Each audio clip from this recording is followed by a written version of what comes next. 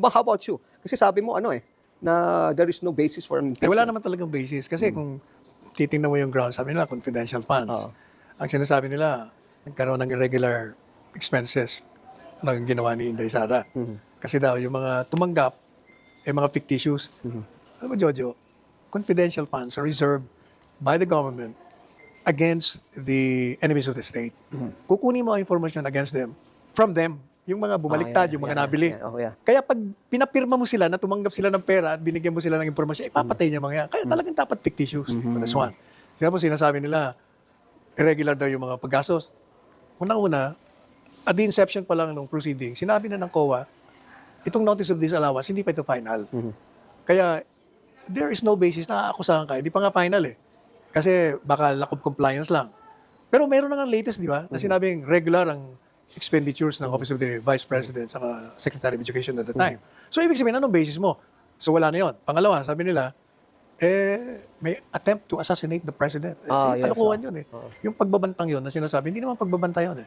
Ano ba talaga nangyari doon? Nung sinabi niya, kasi tinatanong siya ng reporter, Ma'am, paano ang security nyo? Kasi nga, di ba matagal niya na sinasabi na may security threat. Threat against her life. Hindi rin siya pinapansin.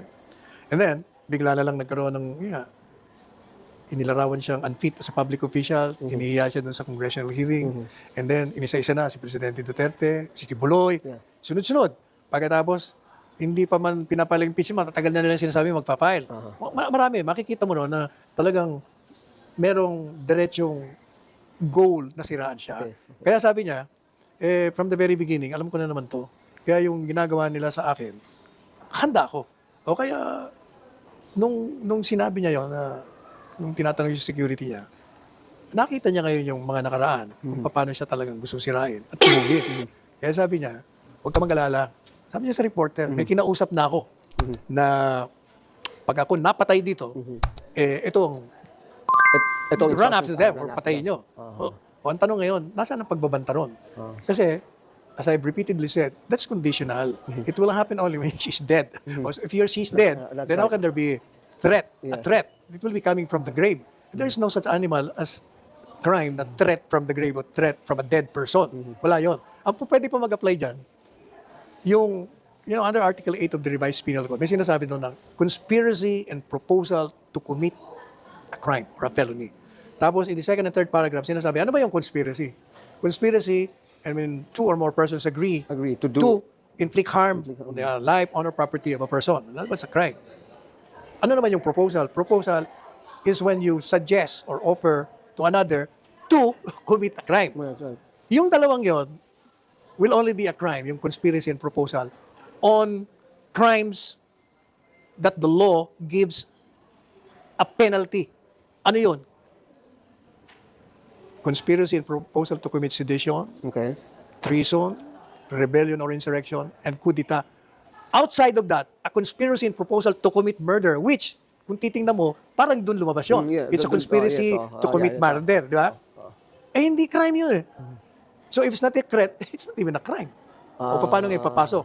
Sasabihin nila, kasi sabi ni Inday Sara, puputulin niya raw ang ulo ni, di ba, nagsaya siya gano'n?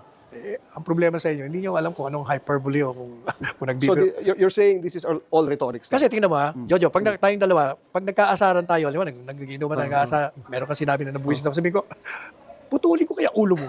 Di ba, yun ang mga salitang ano yun eh. Bakit niya sinabi yun? Nag-react siya nung humihingi yung sundalo ng watch ng presidente na dating ginagawa naman ni Presidente Duterte. Parang napahiya. Kaya sa sarili niya, putulin ko kaya ulo nito. Ganun lang, wala yun.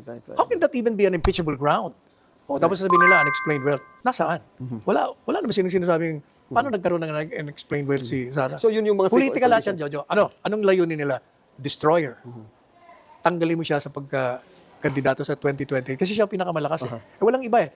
Either you kill her, remove her from office, disqualify her. Impeachment results into conviction kung manalo, which will mean madi-disqualify ka to run for any public office. Wala na. Tapos dinimanda nila ng kriminal. Anong resulta nun? O makukulong ka. Pag nakulong ka, hindi ka na-impeach, hindi ka na-convict sa impeachment, ibig sabihin, paano ka makakampanya, nakakulong ka? O yun ang ultimate goal. So all of these are all politically motivated precisely because she is eyeing and she's running for She is the leading 2028. contender for the 2028 elections. But is she running? She is. Hindi ba So now, sinabi niya na? talagang tatakbo na siya Oh, talaga. kung- Kasi before that, before the Kung apprehension, naniwala kasi sila lumabas sa akin na nung tumakbo sila mag-ama, yung Duterte, sana hindi nangyari lahat. Oh, pero ganyan talaga eh. Kailangan mangyari. Naniniwala naman ako dyan. So kasi itong, I read just of late, merong call now to hold the impeachment even while the session Wala yan. is in session. Ang Because ba- precisely nga, because forthwith daw very precise daw ang Constitution to say that forthwith, it has to be without delay. So regardless whether it's in the Senate is in Session recess or not. or not. So now that parang there's a call now to have it to start already. Hindi lang ako, they filed a petition in court. Yes, Directing, directing the Senate proceed, to di ba? proceed. Sa akin, malabo yun. Malabo yun kasi, unang-una, yung Senado, nung tinanggap nila yung articles of impeachment, few hours before adjournment, hindi mo naman basta makukonvene nung wala ka mga rules and regulations. Kailangan pagandaan mo rin yun eh. So, hindi mo sila masisisi. Kaya they can use that argument. But actually, between us and between our viewers, ang katotohanan kaya nadidelay yan, dinelay talaga nila yan. Because takot sila. Nayanig ang administrasyon, pati na ang mga nasa kapangyarihan, ang magiging reaksyon ng taong bayan kung itutuloy nila yung impeachment. Naaalala nila yung 1.8 million na pumunta sa Luneta, alala nila yung 1 million pumunta sa Bacolod, Davao, Iloilo, Pagadian, against impeachment. Kaya talagang sinadya nila yun. Kung ano-ano na lang mga excuse, pero in the long run, yun talagang Yun dahilan. talagang dahilan. Takot sila.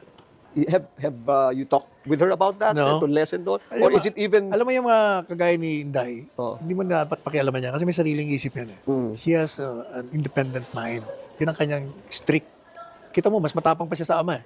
Oo nga Mas matindi pa siya bumana sa Oo, ama. oo, Kaya matapang. pabayaan mo lang siya. Kasi yung kanya naman, hindi naman parang out of the blue lang. May pinaghuhugutan eh. May pinagalingan. Nakikita mo yung ginawa sa kanya. Kaya yung statement na sabi mo, you took offense, don't be, kasi kaya niya sinabi yun, parang yung nga tinatawag na hyperbole, sinasabi sa kanila, huwag nyo, tantanan nyo na ako. Kasi pag di nyo ko tatanan, babalikan ko kayo. Yun lang ang ibig niya sabihin.